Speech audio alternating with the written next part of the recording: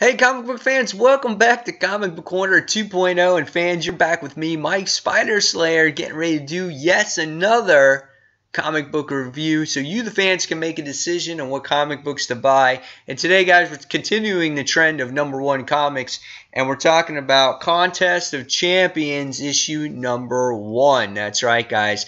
Now, if you're not familiar with Contest of Champions, this comic book is based off of the mobile game that you can get either on Google Play or iPhone. And the game is for free, but obviously there's certain things that you can pay for and whatnot. So I love the game. It has like over 40 million downloads. It's very popular. It's a good battle game. And so when I saw that they were making a comic out of it, I was like, hey, why not check it out? But at the same time, when I'm reading this, I was like, well, maybe they'll throw the players out there a little bone that buy this comic book and have like a little, peel and stick thing at the end that reveals a code and it unlocks a character for you. That would be great, wouldn't it? So, does it actually have anything like that in there? Well, we'll find out. Let's talk about the story firsthand, okay? So, first off, this story is written by Al Ewing, and Paco Medina does the artwork. So Paco Medina, if you guys remember, most recently I think did Nova. Really great artist. So the artwork is really well done in this book. Let me see if I can get to some action scenes. Here's a scene here where we get the British Punisher in this series breaking through out of a crystal. The colors are really rich. I really enjoy it. Venom makes his appearance in this issue as well. So it's a nice book visually to look at. Here we get to see another character. Her name is, I think, called the White Fox, if I remember correctly. And then there's another character in here by the name of Guillotine, which I thought was really drawn nicely. She's got a cool little suit in there as well. So artwork, I thought it was hands down great. I thought it was awesome. So what was the story about? We'll recap the story a little bit, and then we'll talk about my final thoughts on this book. So first off, we get the introduction of Nigel Higgins, who is the British Punisher. He's kind of retired. He's laid low. He has a cat. I think his cat's name is like Fred or something weird. No, Frank. And he winds up hearing this noise, and the next thing you wind up seeing is that he gets transported to this other world by a crystal, and he has been summoned. And the next thing you wind up finding out is that right away he's thrusted into this battle against Venom. You can see that Venom is wearing like Peter's suit around his neck. So it's like, did he destroy Peter? Did he eat Peter? And then we come across different heroes from the Marvel Universe. So we come across Iron Man. We come across Grey Hulk in the issue. We come across Gamora in the book as well. And then what happens is they wind up getting summoned because the game is over, and you wind up seeing that they come across the Collector, Guillotine, and Maestro by the time you get to the end of the book. And we wind up going to South Korea, where you meet this new character by the name of White Fox, and we're not really sure what she is about. She's a very mysterious type of character. And so the book kind of ends there. So the main story itself didn't really give you all that much. It still left a lot of mystery of what's going to go on with this story and how they're going to keep it going. Not too sure there.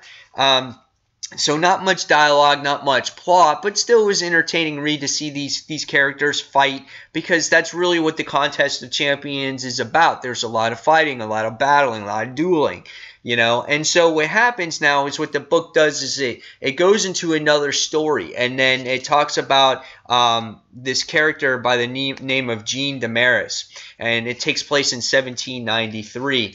And he goes into these catacombs, and he comes across this blade, this sword, and it talks to you, and it talks to you in a way where it says, kill people, I'm thirsty, I want blood. So it's like this soul sword that wants to just constantly kill people so it can eat blood or whatever it is. So once it takes possession, the person's name is called the Guillotine, and you wind up having this history of the Guillotine back from when he was in 1832, the original one, and it goes all down the bloodline until you get to the current Guillotine.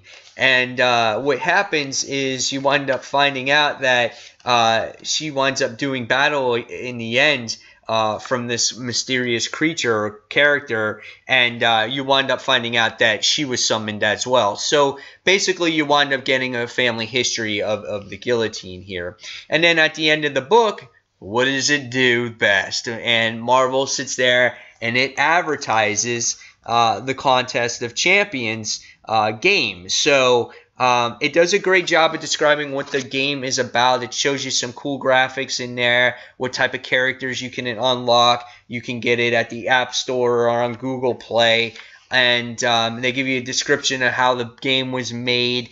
And there's this place called the Hall of Legends on people that defeated the hardest area of the game. And there's 40 million players and only 10 have completed it.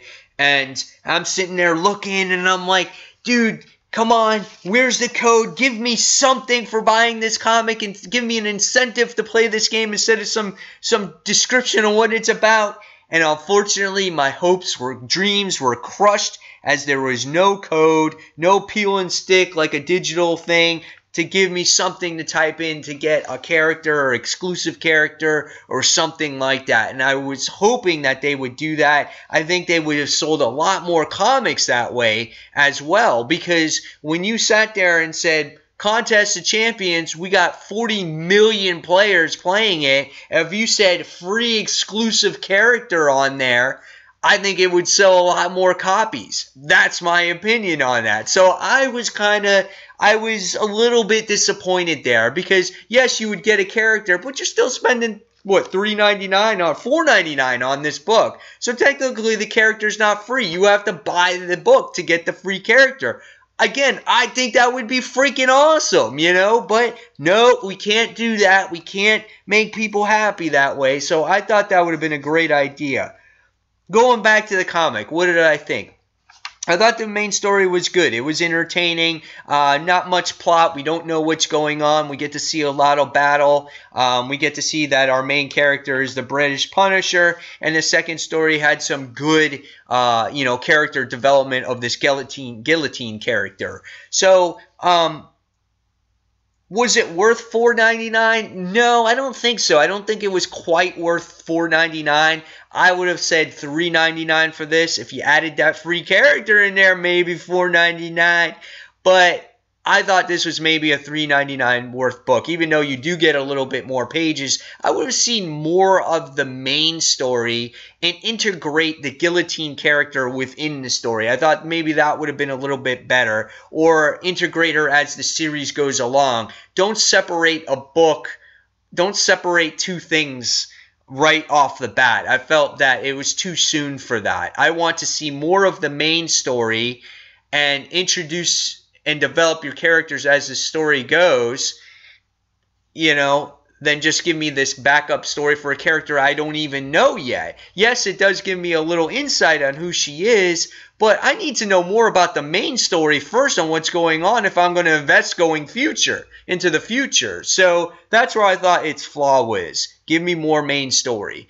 So it was entertaining, and after reading it, I'm going to give this one a 3.5 out of 5 stars. I think this so far is the weakest out of the all-new, all-different Marvel books. It was entertaining. I am going to give it another try because I can see this.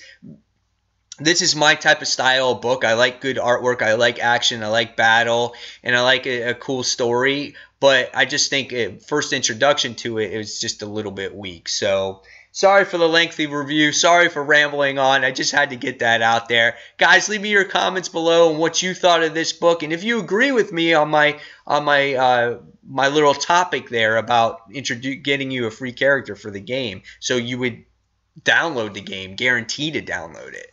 So, guys, as always, thank you for watching Comic Book Corner 2.0. And until the next comic book review, it's Mike Spider Slayer signing off.